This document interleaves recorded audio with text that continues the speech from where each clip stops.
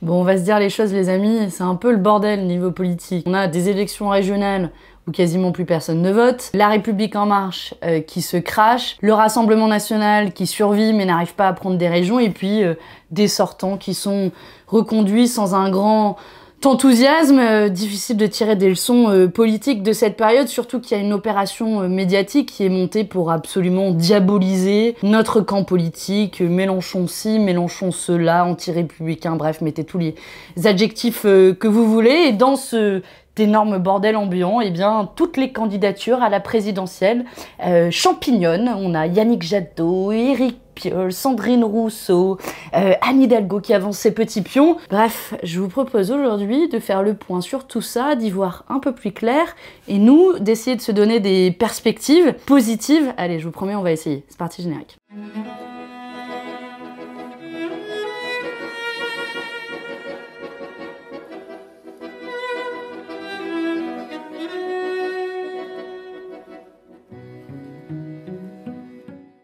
Dimanche soir, j'étais sur les plateaux télé pour commenter le résultat des élections régionales. Et ce qui m'a frappé, c'est que j'avais en face de moi des représentants de LV, du Parti Socialiste, puis ils étaient tous en train de montrer les gros bras et en train de se disputer la soi-disant victoire des élections régionales. Et c'était vraiment une espèce de course de petits chevaux, et qui m'a paru complètement déconnectée de la réalité. Parce que la réalité, c'est, à ces élections, 2/3 des électeurs qui ne sont pas allés voter, qui ont jugé qu'aller mettre un bulletin de vote n'allait rien changer à leur quotidien.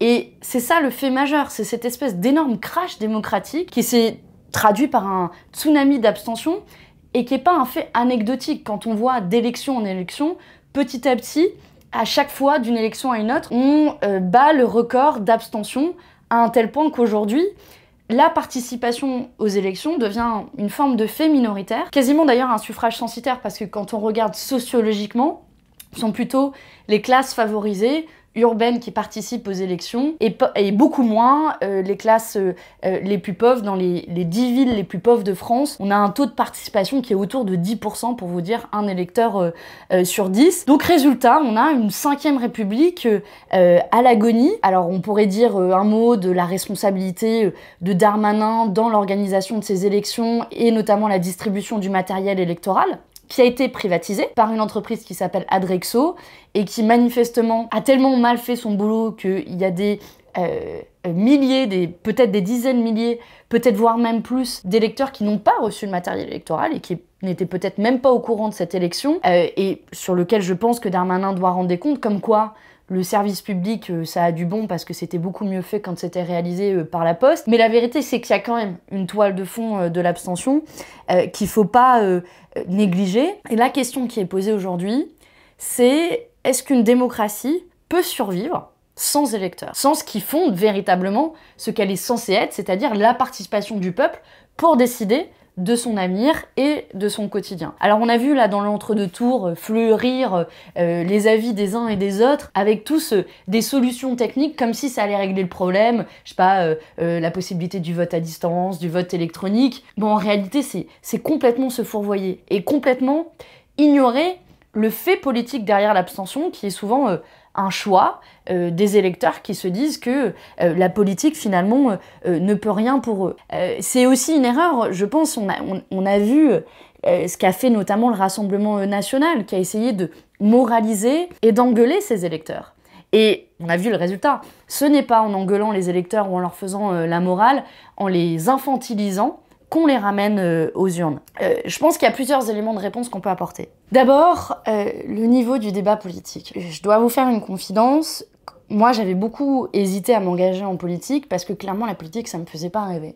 Et je me suis dit, et je me disais à l'époque, enfin, il y a 2 ans maintenant, tu vas te retrouver au milieu de ces polémiques stériles, qui n'ont aucun sens, qui sont complètement déconnectées de la réalité, savoir si c'était une islamo-trucmuche ou une ennemie de la République. Et le débat politique ne fait pas envie. Et c'est vrai. Moi, je peux comprendre tous ceux qui se disent franchement, c'est du débat de caniveau.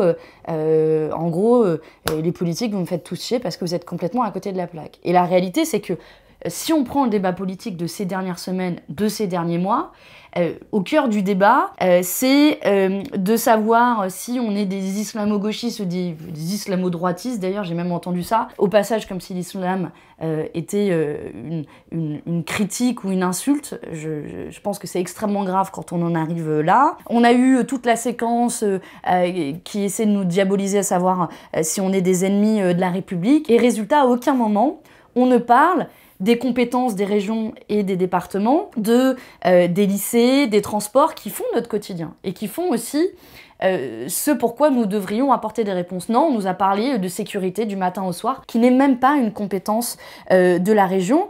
Et d'ailleurs, on voit qu'on n'a tiré aucune leçon de cette séquence, puisqu'à peine les élections régionales terminées, qu'on nous remet une nouvelle séquence de burkini, un débat sur une femme voilée à ses sœurs, la danse traditionnelle dans les mariages, bref, stigmatiser toujours autant une partie de la population et littéralement tuer le débat politique de cette manière. Je pense qu'évidemment les médias ont une responsabilité et les hommes et femmes politiques ont aussi une responsabilité de ne pas tomber dans ce piège qui est tendu. Et d'ailleurs, c'est fou de voir à quel point certains qui se réclament de gauche sont aussi tombés dans ce piège. Et puis, il y a une deuxième chose.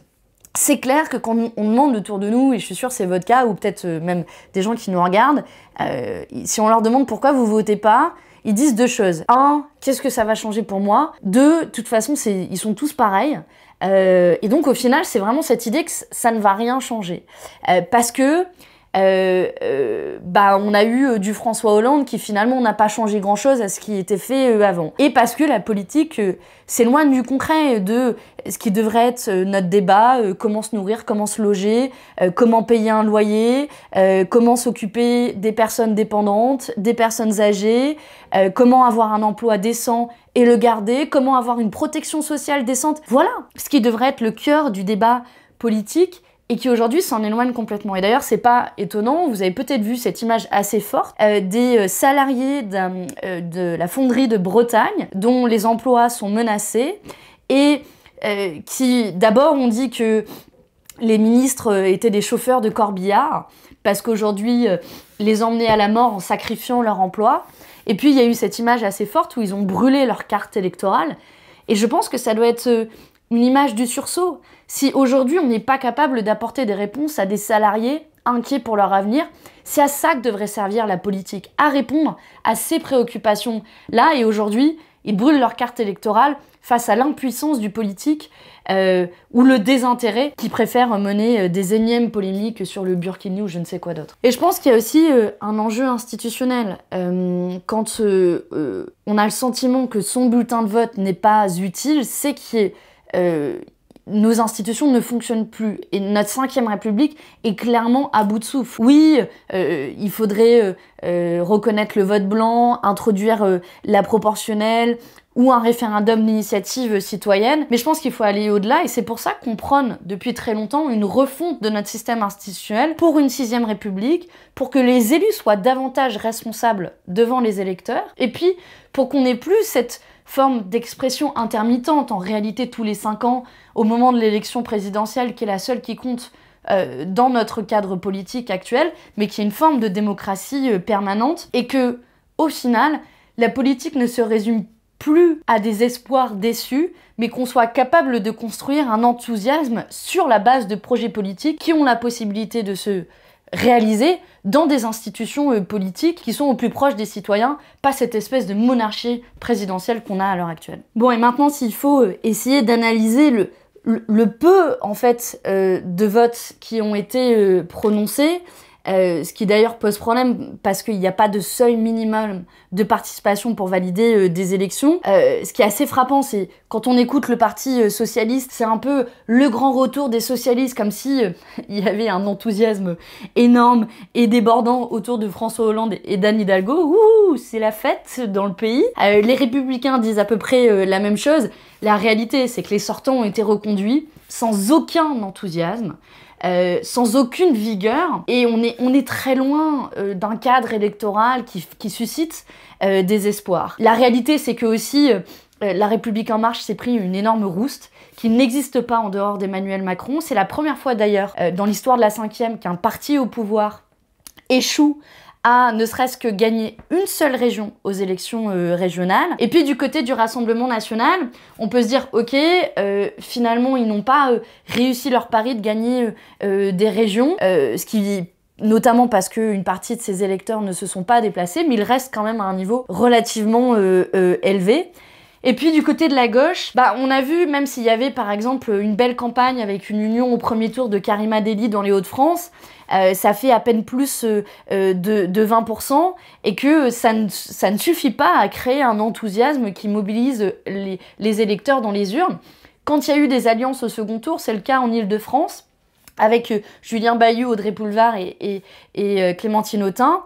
En réalité, ça a additionné les voix, mais ça n'a pas non plus suffi à créer une dynamique qui aurait été nécessaire pour battre Valérie Pécresse. Donc dans ce contexte-là, nous, comment on s'en sort ? Bon, c'était une élection qui était difficile, on le sait, au vu du faible taux de participation. On a quand même maintenant plus d'une vingtaine de conseillers régionaux. Bravo et bon courage à vous, d'ailleurs. On est très fiers de vous avoir et d'avoir de nouveaux élus à nos côtés, puisqu'on en avait à peine une poignée jusqu'à présent. Et puis, on espère que ce sera utile pour aussi construire des relais locaux, des mobilisations aux côtés de ceux qui sont en lutte. Je pense à certains des élus locaux qui le font déjà. Et au final, on voit que la photographie politique issue de ces élections régionales reste assez similaire, avec un paysage politique qui est assez peu changé, Macron et Le Pen qui sont assez hauts, et Jean-Luc Mélenchon qui reste en tête de la gauche, dans un paysage de gauche complètement morcelé, et que ça vaut le coup aussi d'analyser pour voir quelle va être leur stratégie. Une des dernières leçons politiques, je pense, à tirer de cette campagne des élections régionales, c'est véritablement cette tentative d'éradiquer culturellement notre camp politique, celui de la gauche, si on peut le définir comme ça, en tout cas celui du progrès social et écologique, parce qu'on a atteint vraiment un palier avec cette campagne où le climat politique est devenu encore plus insupportable, et ils ont testé, la droite et l'extrême droite, cette idée de front républicain contre la France insoumise. On a vu, il y a même eu un sondage dans le Figaro, qui est quand même un journal certes de droite, mais un des principaux médias en France, qui a ouvertement posé la question: faut-il un front républicain contre la France insoumise? Comme si, un, nous serions en dehors du champ républicain, et deux, comme si on pouvait nous mettre sur le même plan, par exemple, que l'extrême droite. Et ça a donné le ton de toute la campagne qui était extrêmement sale. Valérie Pécresse nous a un peu refait le coup des chars soviétiques qu'on avait fait à Mitterrand en 1981. Et en gros, ça aurait été un peu les chars russo, islamo, végano, anti-voituraux. C'est un peu en gros ce que nous a promis Valérie Pécresse si on remportait la région Île-de-France.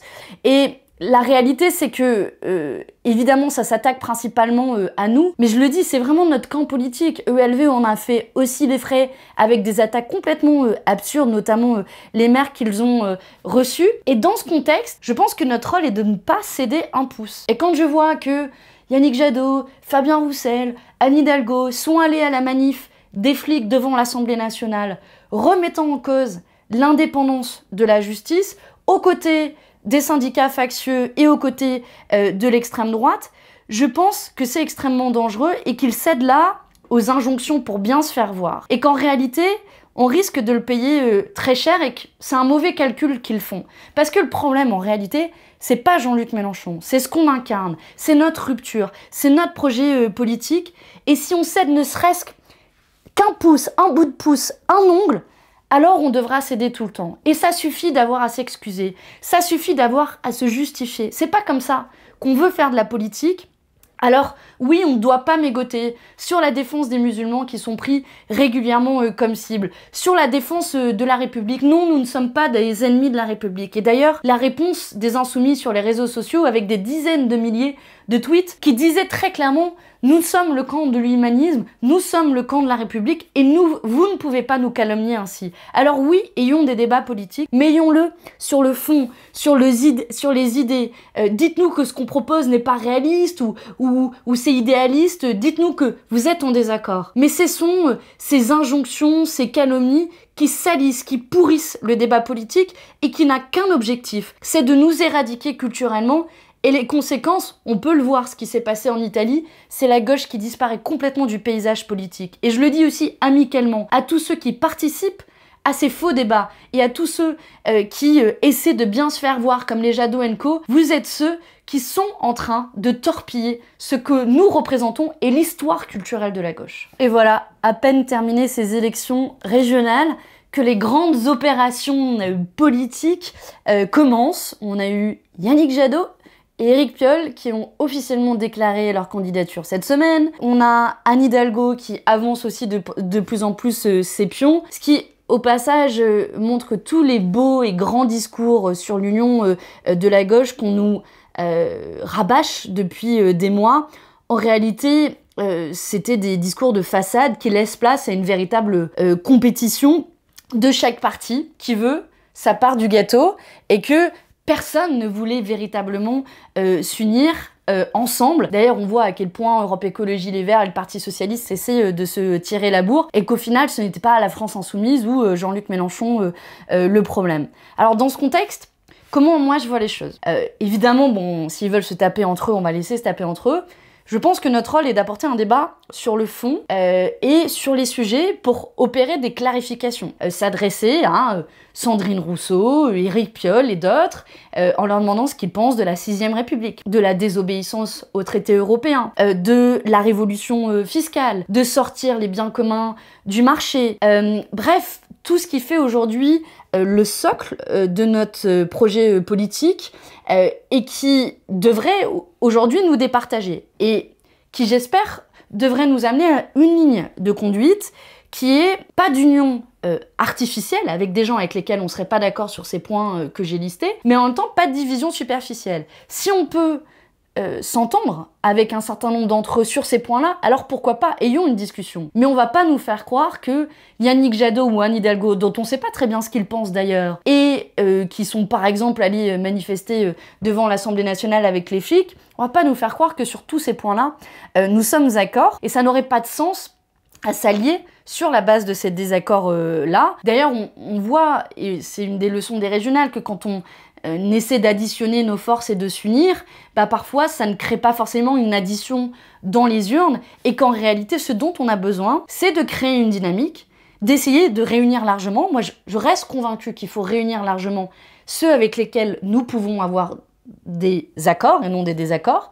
Ça peut être le cas peut-être de Sandrine Rousseau par exemple, et que sur cette base essayer aussi de créer une mobilisation populaire derrière. On le voit d'ailleurs, c'est même dans les enquêtes post-élection régionale, c'est Jean-Luc Mélenchon qui aujourd'hui a le socle le plus solide à gauche, notamment dans les milieux populaires. Et moi, je me souviens, sur France 2, on m'a dit « Est-ce que le problème, ce serait pas Jean-Luc Mélenchon ?» J'ai envie de dire, en fait, quand il est en tête dans les sondages à gauche, est-ce que vous priveriez de ces 10% aujourd'hui d'un électorat qui est convaincu sur des idées? Et nous allons faire campagne sur un programme. Et oui, on assume d'avoir des désaccords avec Madame Hidalgo ou Monsieur Jadot, notamment sur la remise en cause de l'indépendance de la justice. On pense que c'est un principe fondamental et on ne mégote pas avec tout ça. Et puis, la France Insoumise, et Jean-Luc Mélenchon le premier, a aussi l'expérience de campagne, du débat politique, de la mobilisation populaire, de grands meetings, parce que oui, qu'ils le veulent ou non, une élection présidentielle, ça ne se joue pas que dans des matinales, ça ne se joue pas que sur des débats stériles.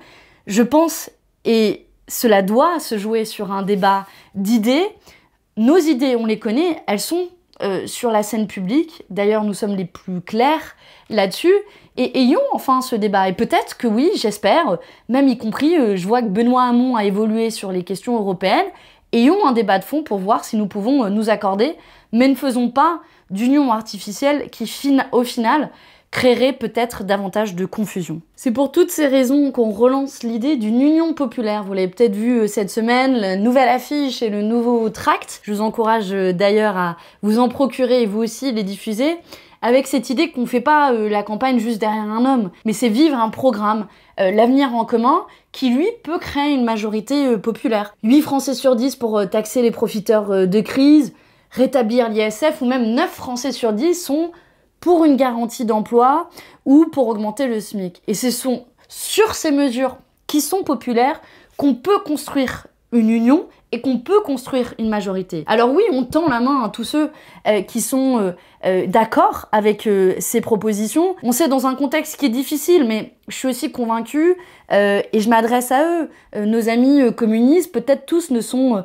pas, ou ne se retrouvent pas dans le discours sécuritaire de Fabien Roussel, à nos amis écologistes qui savent qu'il faut une rupture avec le modèle capitaliste et productiviste que nous connaissons à l'heure actuelle. Ou même à des amis qui étaient socialistes ou qui sont à génération et qui se disent « Bon, ok, il faut pas reproduire l'erreur du quinquennat François Hollande et il faut une véritable rupture. » Et surtout, on s'adresse à toutes celles et tous ceux, l'immense majorité des gens qui se retrouvent dans aucune de ces formations politiques. Et on vous pose ces questions simples. Est-ce que vous êtes en faveur de toutes ces mesures, 6ème République, augmentation du SMIC, révolution fiscale, garantie d'emploi, etc. Alors si oui, vous avez une équipe pour la porter. C'est notre équipe notre équipe de France à nous, alors qui j'espère ira un peu plus loin que les 8e de finale et sera victorieuse au final, et qui pourra construire aussi avec les mouvements sociaux.